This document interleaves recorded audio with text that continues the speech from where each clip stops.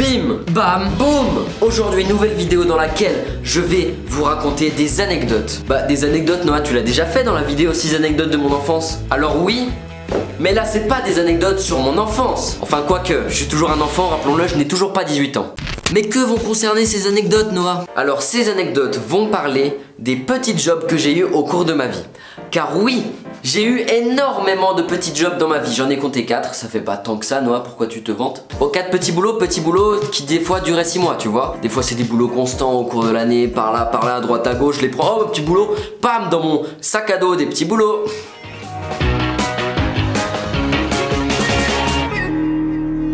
Déjà, quels sont les petits boulots que j'ai fait dans ma vie? Le travail le plus important que j'ai eu sur une durée de 6 à 8 mois, il me semble, je sais plus combien c'était tout simplement le fait de livrer des fleurs en vélomoteur. Alors ça peut paraître chiant et très dérangeant au quotidien, mais je vous jure que le plaisir que tout le monde te regarde avec une hotte derrière, avec plein de fleurs, puis toi t'as l'air con sur toi, c'est pas un plaisir.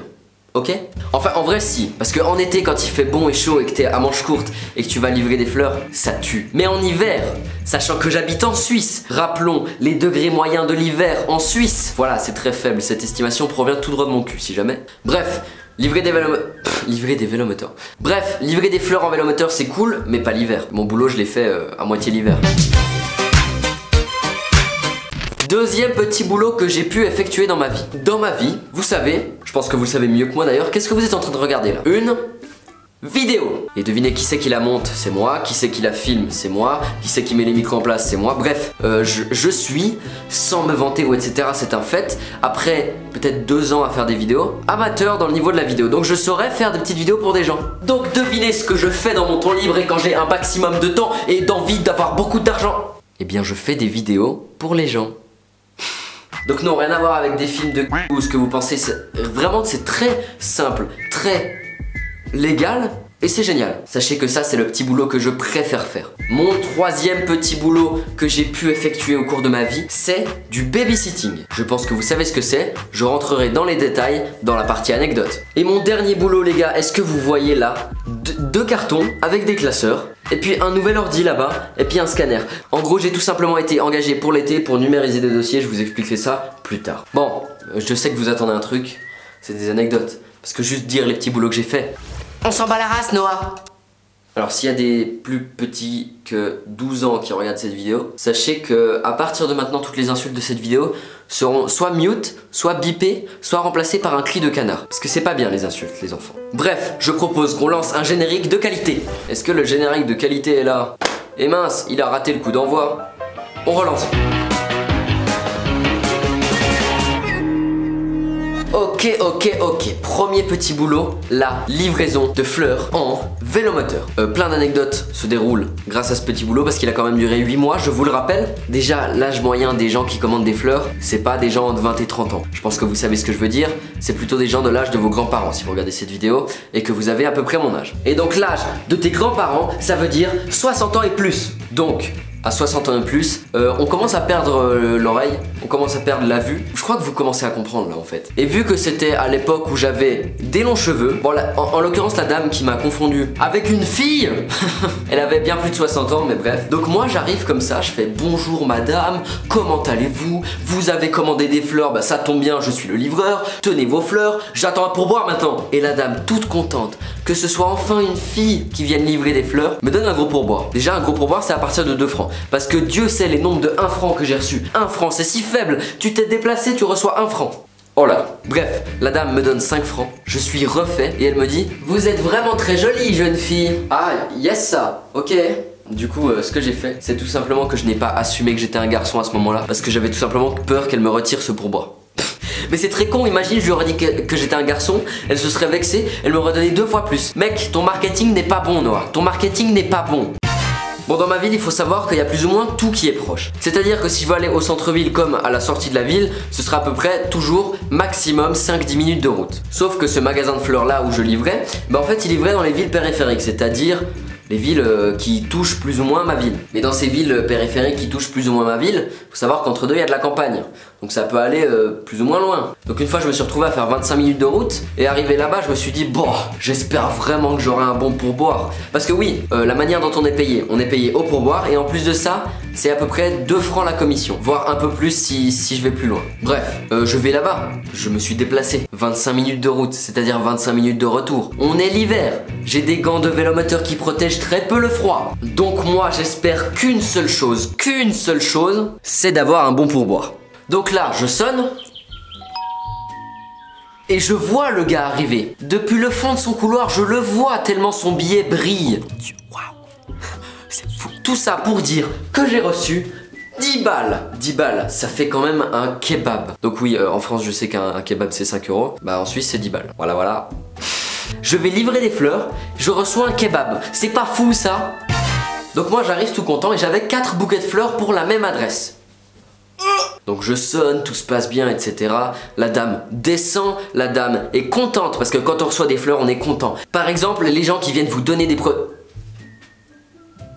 On a affaire à un crime là. Arrêtez! Tu vois, t'as un mec qui amène de la publicité, t'es pas content, t'es là. Mais qu'est-ce que tu viens me faire chier à des heures pareilles? Laisse-moi en paix. Alors que quand il y a un mec qui vient te livrer. Oh, ce serait pas livreur ça!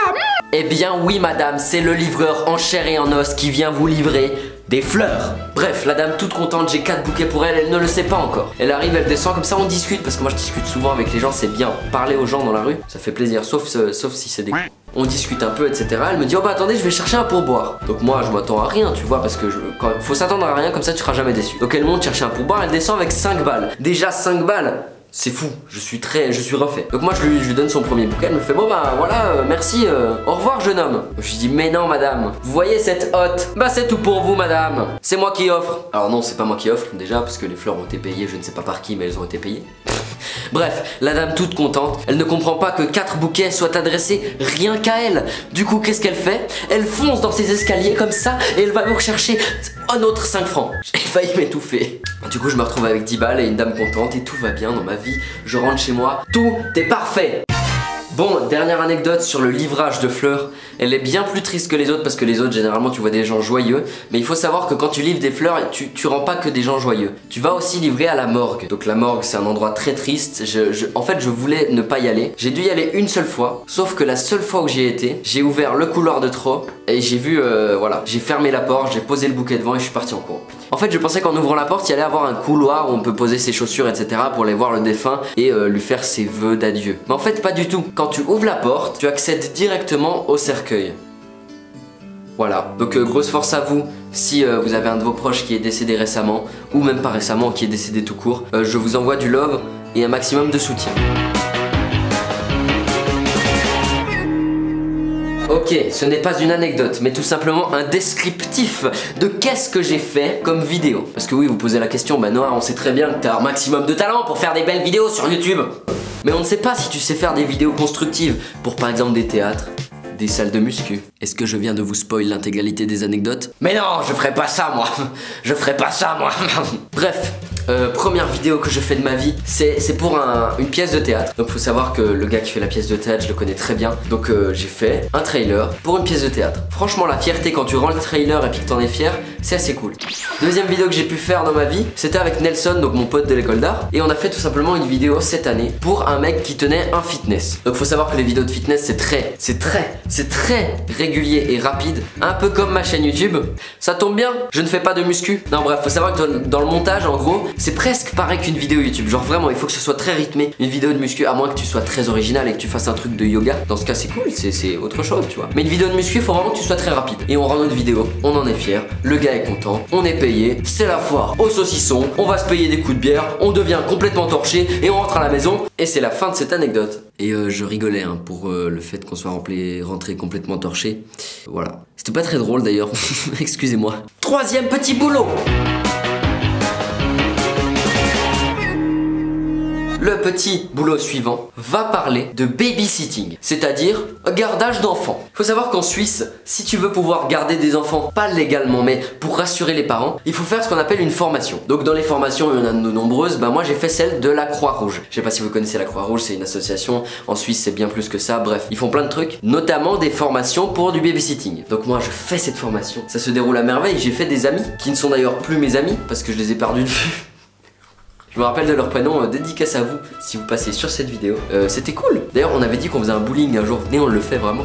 Dans cette formation, on apprend plein de trucs. C'est-à-dire qu'on a par exemple un test théorique, c'est-à-dire qu'on a des questions sur l'enfant, sur les numéros d'urgence, sur à peu près tout ce qu'il peut consommer, à peu près tout ce qu'il ne peut pas consommer, à peu près comment il faut s'en occuper, etc.